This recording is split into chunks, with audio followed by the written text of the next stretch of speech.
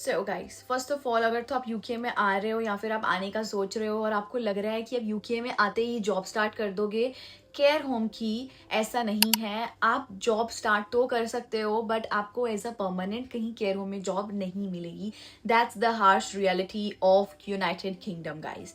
So obviously आपको या तो किसी एजेंसी के साथ रजिस्टर होना पड़ेगा या फिर अगर आपको परमानेंट होना है you need a reference here so that कि आपको वो रेफर करे कि yes that guy is good and I know this guy blah blah blah and share.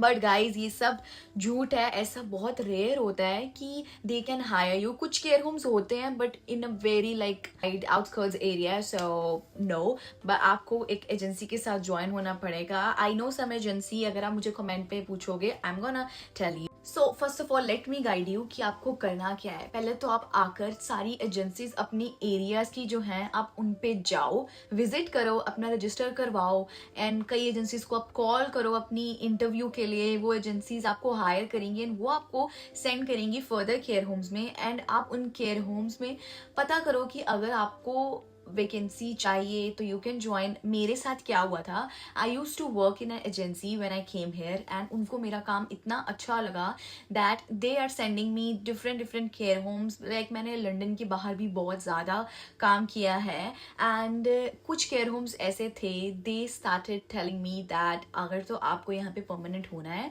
You are welcome any time, just tell to me. Then मैंने सोचा कि it's a good decision to be permanent and then मैं permanent हुई and they hired me and it's totally fine कि आप वहाँ पे permanent हो जाओ एंड आप अपनी एजेंसीज को बता दो। समटाइम्स एजेंसीज इशू क्रिएट करती हैं but it's totally fine. It's your wish कि आपको अब नहीं काम करना है and you want to join as a permanent, क्योंकि हमें एक ही जगह पे काम करने का ज़्यादा बेनिफिट है rather than going here and there because आपके एक्सपेंसिस पे इफेक्ट पड़ेगा। सो मेरा एक यही एडवाइस है आप सबको कि आप एक ही जगह पे परमानेंट बन के काम करो rather than going door to door. I know difficult है but I know some agencies जो आपको रेफर कर सकती हैं and they can give you good work. The second point is that main thing जो आपको दिमाग में रखनी है कि आपको काम करना क्या है आने से पहले।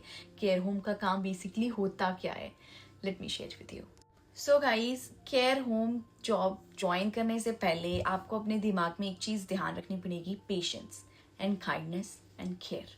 These are the important things आपको जब केयर होम ज्वाइन करना है, बिकॉज आप किसी एक बंदे की रिस्पॉन्सिबिलिटी ले रहे हो अपने हाथ।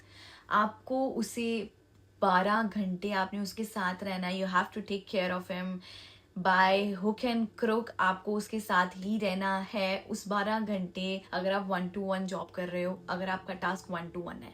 सो बेसिकली यूट्यूब पे ये ज़्यादा कोई बात नहीं करता है इन चीज़ों पे। That's why I took this harsh topic and harsh reality of UK कि येस, आपको जब आप मान लो कि आप स्टार्ट करोगे 8 से 8 शिफ्ट अपनी, तो 8 बजे सुबह आपको क्या क्या करना है ये मैं आपको बताऊंगी।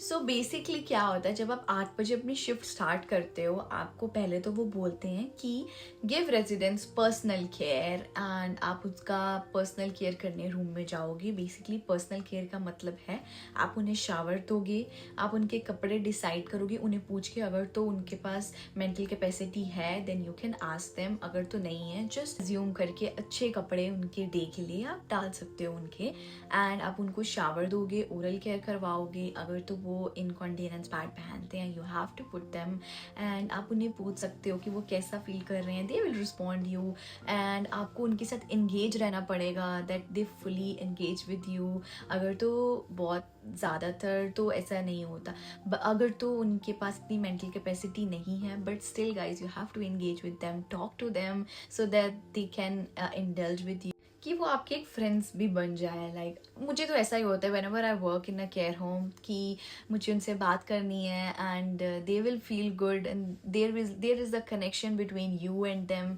Any how they are old and उनको इतना याद नहीं रहता कईयों के, like they have some mental disorders like learning disability, sometimes Alzheimer, कुछ भी हो सकता है उन्हें, other disorders and guys yes, so you have to take care of them and then जब आप पर्सनल केयर वगैरह दे दोगे, अगर तो आप 1-to-1 हो तो एक ही रेजिडेंट को दोगे, बट अगर तो आपके पास और भी रेजिडेंट्स हैं तो गाइज आपको कभी कभी पूरी रो को देना पड़ता है. I used to give showers like 20 people.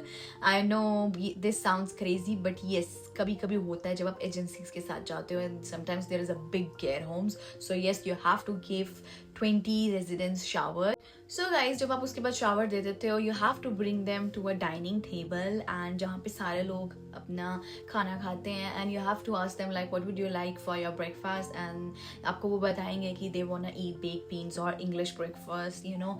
And यहाँ पे अलग अलग तरह के ब्रेकफास्ट सर्व करते हैं. Sometimes they want toast with marmalade और समथिंग्स. सो आपको उस हिसाब से उन्हें ब्रेकफास्ट देना पड़ेगा जिस तरह को उन्हें चाहिए या फिर जो उनके मेन्यू में लिखा होगा. And then you can serve to them. या तो वो खुद नहीं खा सकते हैं, you have to feed them properly nicely and उनका पूरा क्लोथ प्रोटेक्टर बीप वगैरह लगा के you have to feed them. And जैसे हम एक बेबी को खिलाते हैं एक काइंडनेस से, you have to feed them nicely. And उसके बाद if like you go somewhere in the garden, you can take to them and sometimes in the launch to watch the television. 12 बजे और 1 बजे के अराउंड देन आपको lunch time हो जाएगा. Again routine same. And then उसके बाद जब अगर तो उनको स्लीपिंग टाइम चाहिए, you have to put them on the bed. अगर तो वो होइस्ट हैं, अगर आपको होइस्ट करना पड़ेगा. होइस्ट मीन्स लाइक आप ऑनलाइन सर्च कर सकते हो. आई am gonna show some pictures here. hoist का ऐसा दिखता है and sometimes standing hoist होते हैं and sometimes they can't walk, sometimes they bed bound होते हैं and just shift करने के लिए bed to chair, chair to bed, तो these hoists are usable for that. And yes, it's a interesting work, kindness work, patient work. So yes, sleeping time finish होगा. Then around 3 to 4 उनका T time start हो जाएगा. So then उसके बाद T time हो जाएगा and T time में 3 और 4 o'clock के अराउंड आपको टी या फिर कॉफ़ी व्हाटएवर दे वांट आपको सर्व करना पड़ेगा या फिर फीड करना पड़ेगा with some biscuits and cake. Some care homes have cook, so वही सर्व करते हैं. कई बार आपको जाके लेके आना पड़ता है. And yes, you have to feed them, that's the care job. And उसके बाद अगर तो दे want to walk in the garden, you can take to them. या फिर वो व्हील चेयर पे हैं, आप उनकी व्हील चेयर लेके जाओ गार्डन पे, वॉक कराने लेके जाओ. And sometimes they love to see kids. जहाँ पे बाहर कहीं किड्स हैं आप वहाँ ले जाओ पूछ के उनसे.